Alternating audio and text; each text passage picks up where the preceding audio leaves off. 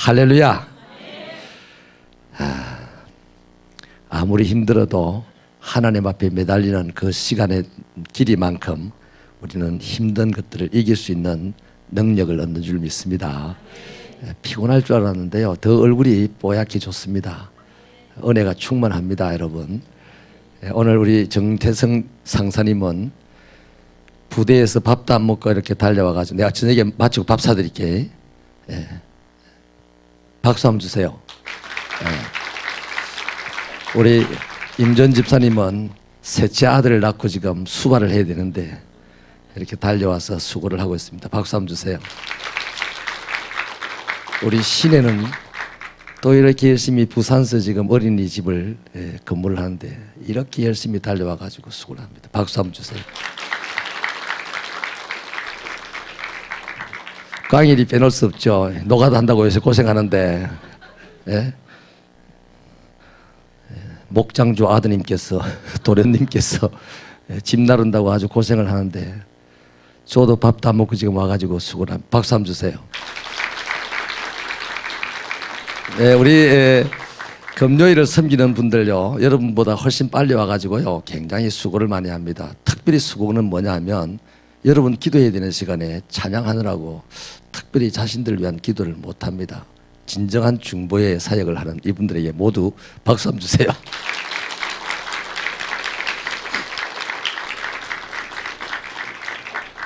주시는 박수가 진짜 맞죠? 네. 우리 송원실 권사님 월요일부터 지금까지 내내 수고하셨는데 진짜 고생했습니다. 네. 뭐 남편을 위해서 기도할 새가 없이 그냥 반주만 하다가 마치고 다 가고 난 다음에 다소곳이 하나님께 기도하는 그 모습이 하나님 정말 아름다워 하실 줄로 믿습니다. 마지막으로 박수 한번 주세요.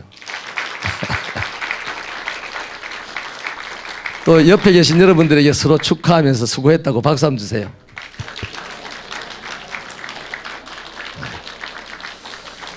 네, 그래 놓고요 이제 정색을 하고 인사 한번 하십시다. 정색을 하고. 내일이 마지막 날입니다.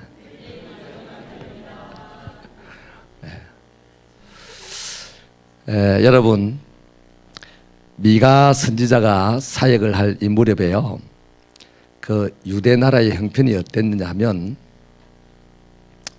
욕심이 많았어요. 욕심이 배바퀴까지 나왔었습니다. 야고보서 1장 5절입니까? 욕심이 잉태한 적 뭐를 낳는다고요? 죄를 낳고 죄가 장성하면 사망을 낳는다. 그 미가 선지자가 가만 보니까요, 이 나라의 사람들이 욕심이 다 배바퀴까지 나와 있는 거예요. 그래가지고 미가가 아무리 생각해도 요거는 큰 죄가 일어날 조짐이 보이고 그 다음에는 어마어마한 재앙이, 사망이라는 재앙이 올 것이 대번에 느껴집니다. 선지자의 촉에. 그래서 재앙이다 이렇게 소리를 칩니다. 근데 그 당시 사람들의 욕심이 어땠냐 하면요, 한마디로 말하면 아버지와 자식 간에 서로 고발을 하는 거예요. 아무도 믿을 사람이 없는 겁니다.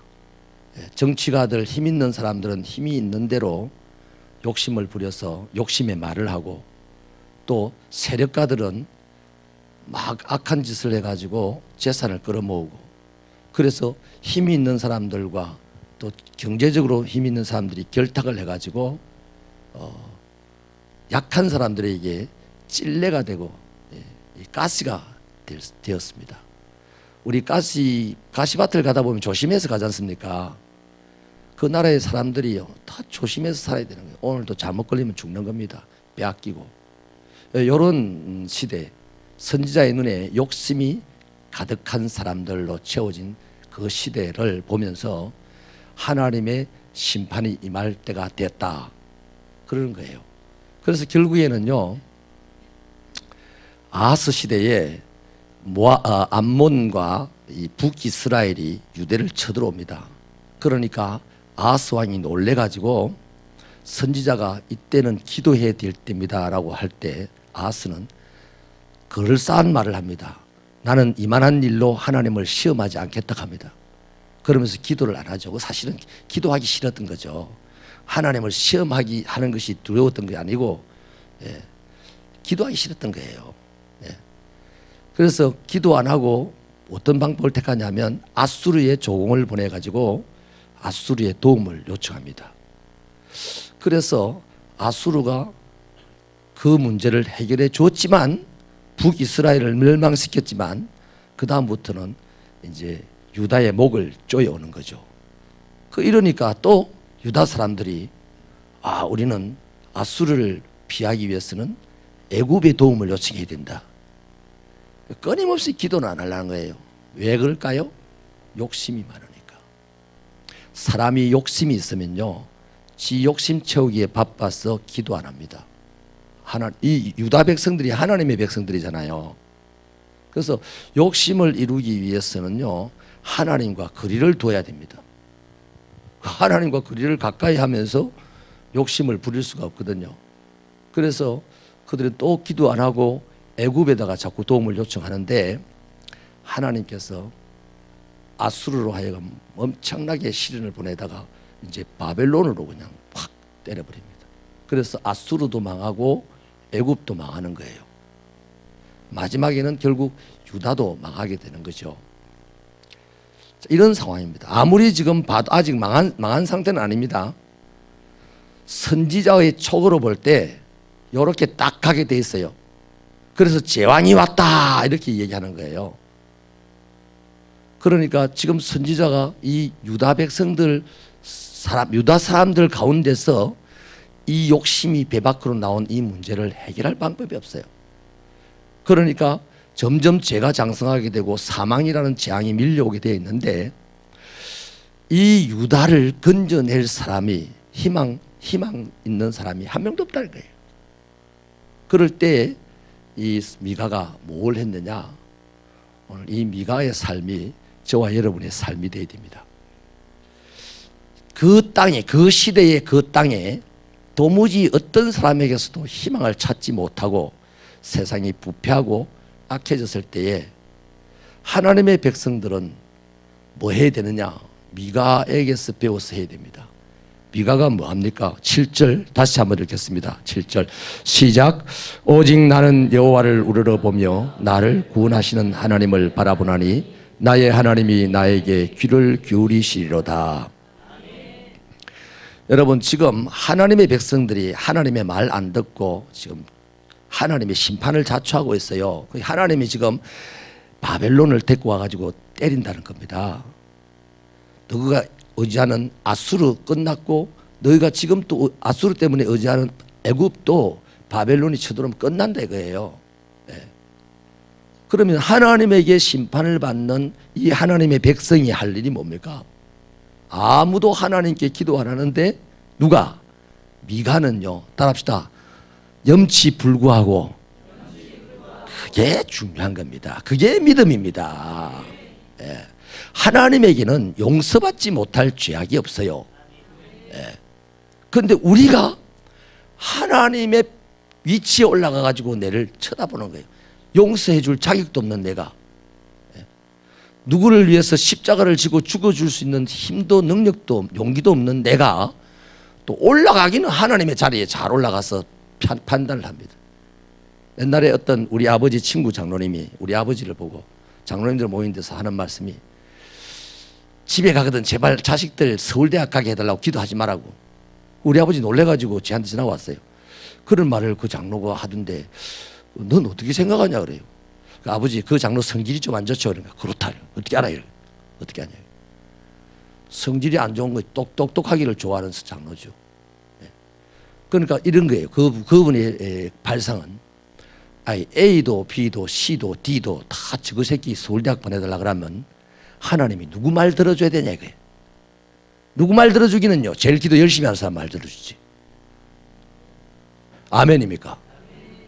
2002년 한일 월드컵을요, 일본이 몇 년 전에 출발했습니다.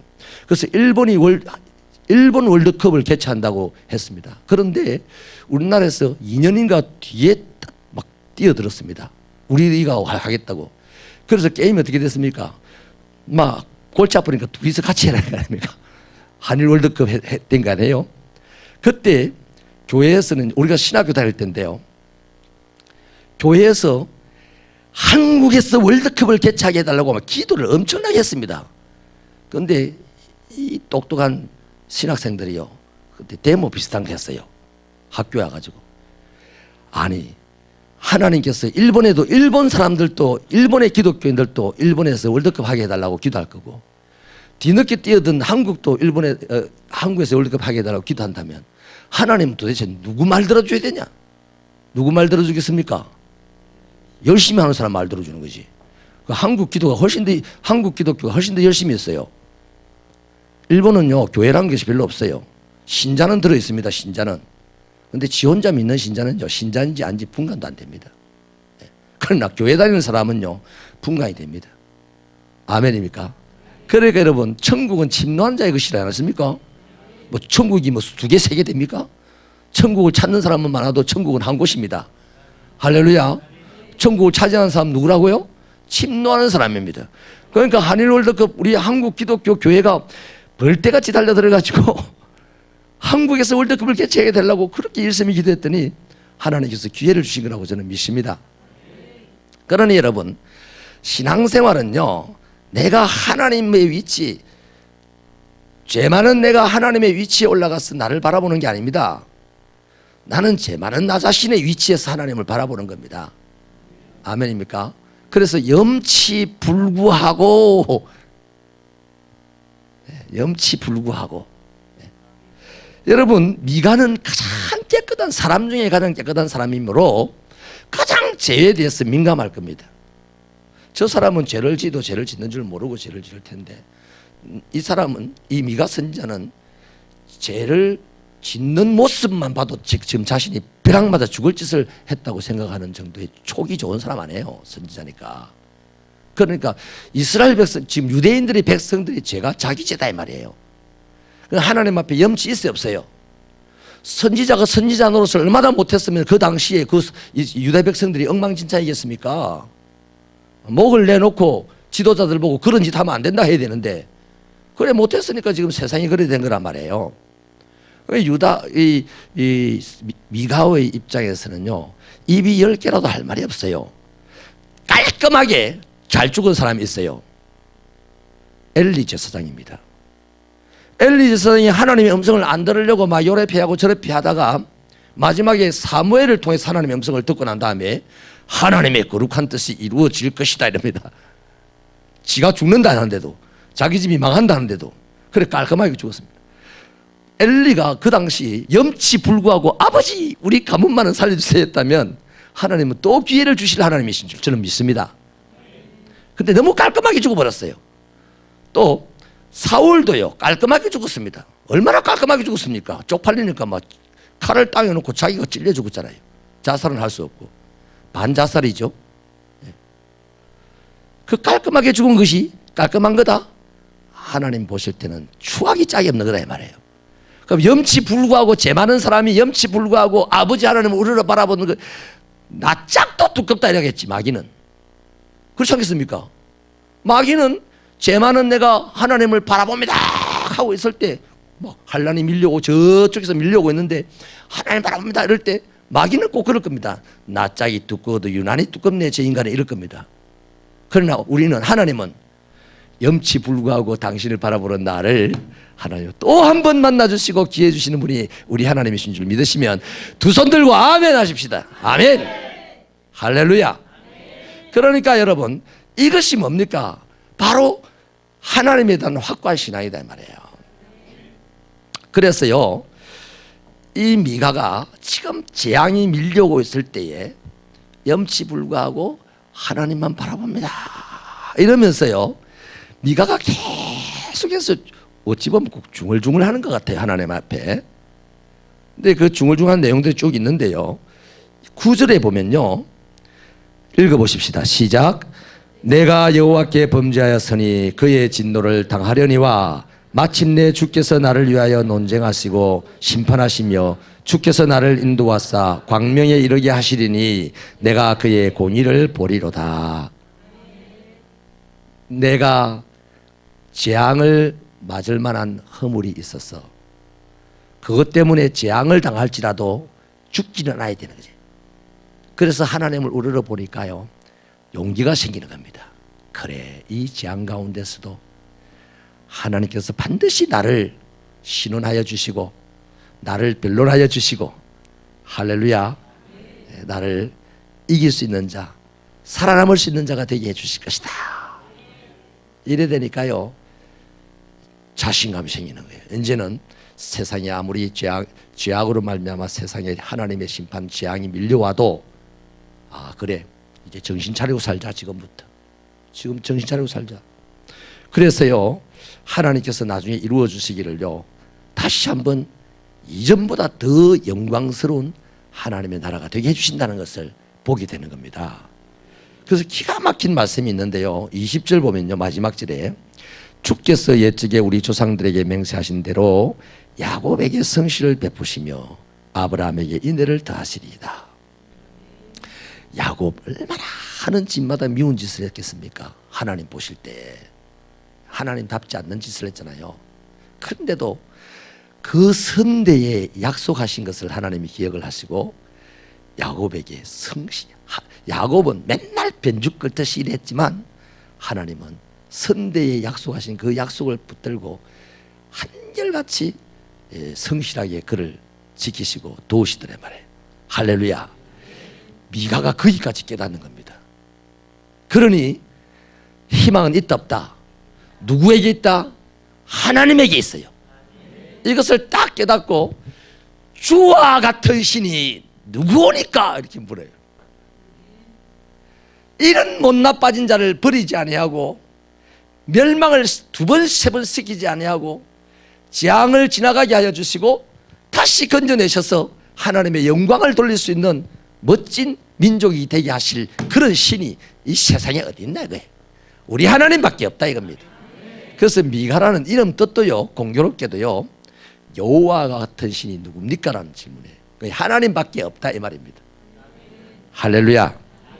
오늘 우리들에게도 적용을 해보십시다. 여러분, 오늘 이 세상, 옛날에 이 욕심이 배 밖에까지 나와서 욕심으로 살던, 그래서 하나님의 재앙을 불러들였던 이 유다 민족들은요, 어려움을 당하면 아수르를 불러서 해결할 수 있고 애굽을 불러서 해결할 수 있다는 이 말은 아수르가 부러운 거예요. 힘있는 아수르, 힘있는 애굽이 부러운 거예요. 그러니까 애굽이나 아수르 앞에만 서면, 그대 앞에만 서면 자꾸 작아지는 겁니다. 그래서 부러워하면서, 그것들을 부러워하면서 그것에 의지하고 그것에 작아진다 이 말이에요. 그러나 누구를 부러워해야 됩니까? 하나님의 백성이 하나님의 나라를 부러워해야 되고 하나님의 강한 나라를 부러워해야 되고 하나님의 나라 앞에 설 때마다 자신이 겸손히 작아져야 되잖아요. 그런데 이게 거꾸로 됐어요. 하나님은 업신여깁니다. 하나님은 도움이 안 된다 합니다. 오히려 애굽이나 아수르가 대단한 나라로 생각되고 자기들의 생존권을 유지해 줄 수 있는 그런 힘이 있는 자라고 생각을 하는 거예요. 오늘 우리도 마찬가지입니다. 오늘 우리도요, 교회 시잘데없는 걸로 봅니까? 기도에 별 볼일 없는 걸로 봅니까?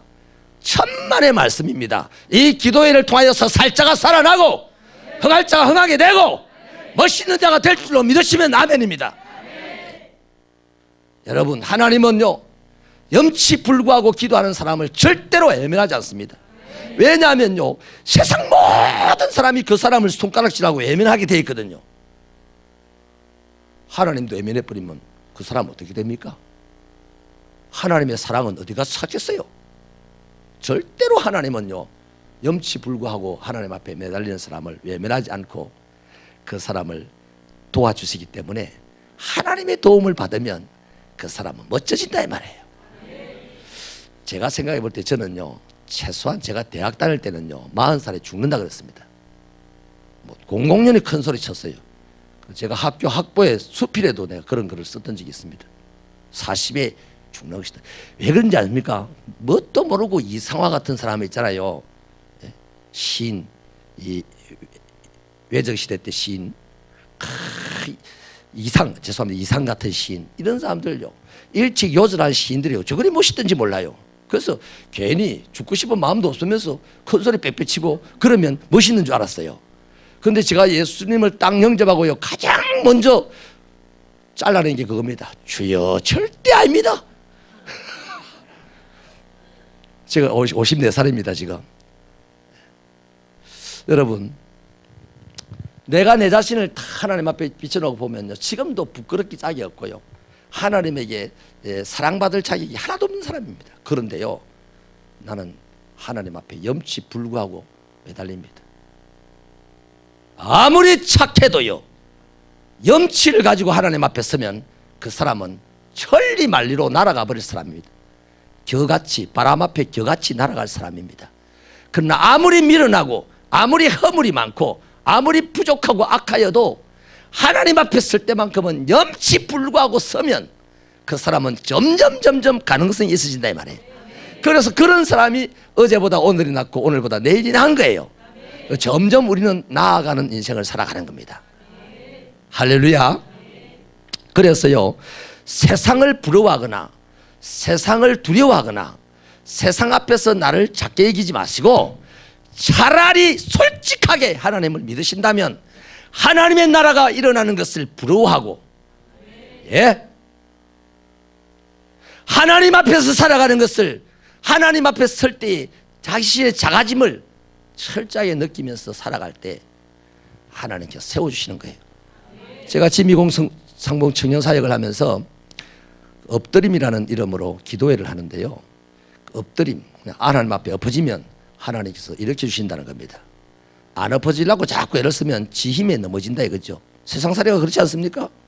내가 그냥 팍 엎어지면 하나님께서 일으켜 주신다, 그런 의미로 엎드리자 해서 엎드림 기도회를 하고 있는데요, 여러분, 제발 이 마지막 시대에 오늘 우리 한국 사회도요, 지도자들이나 세력 있는 자들, 정치, 경제, 사회, 문화 모든 면에서 세력 있는 자들의 모습이 어떻습니까? 욕심이 배밖에 나와 있지 않습니까? 우리 한국 사회에도요, 하나님이 보내시는 재앙의 그림자가 지금 확 밀려오고 있어요. 지금 이미 밀려왔습니다. 그 지금 다 만신이 다 어렵다는 소리를 막 공공연히 하잖아요. 이럴 때 우리 어떻게 해야 됩니까? 미가처럼 염치 불구하고 하나님을 바라보시는 저와 여러분 되시길 바랍니다. 그러면 하나님의 사랑을 발견하게 되고 깨닫게 되는 거예요. 성경 읽어가지고 뭐 공식 알듯이 하나님의 사랑입니다, 이 단어를 가지고 하나님 사랑이라는 게 아니라 하나님께 다 염치 불구하고 매달리면 하나님이 사랑이라는 것을 내 스스로가 깊이 깨닫게 되고, 그때 내 안에 용기가 생겨나서 이 어려운 시대에도 하나님 앞에 낮아지는 자가 되고 세상 앞에서 두려워하지 않는 자, 세상을 부러워하지 않는 자가 되는 겁니다. 그 사람은 반드시 성공하게 되어 있어요. 할렐루야. 기도합시다.